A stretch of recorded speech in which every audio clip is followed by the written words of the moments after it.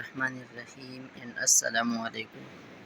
د کلاس 9 بایولوژي یونټ نمبر 1 چې د هغې نوم دی انټروډکشن ټو بایولوژي. په دې کې یو ټاپک ورکړل دی چې مسلمانان، ساینسدانان او د هغوی کارنامې. نو په هغې کې نن موږ راغستی دی علي بن عیسی. نو راځئ چې دا ووایو. علي بن عیسی دا یو آی سپیشلیسټ و. آی سپیشلیسټ هغه کس ته ویل کېږي چې هغه په سترګه کې ماهر وي. لکه دا علي بن عیسی چې د ټول کار په سترګه باندې کړی، په آی باندې د سترګې سټرکچر یې ایکسپلین کړی چې د دې سترګې څنګه سټرکچر دی، دغه شانتې فنکشن یې ایکسپلین کړی چې د سترګه کار څنګه کوي.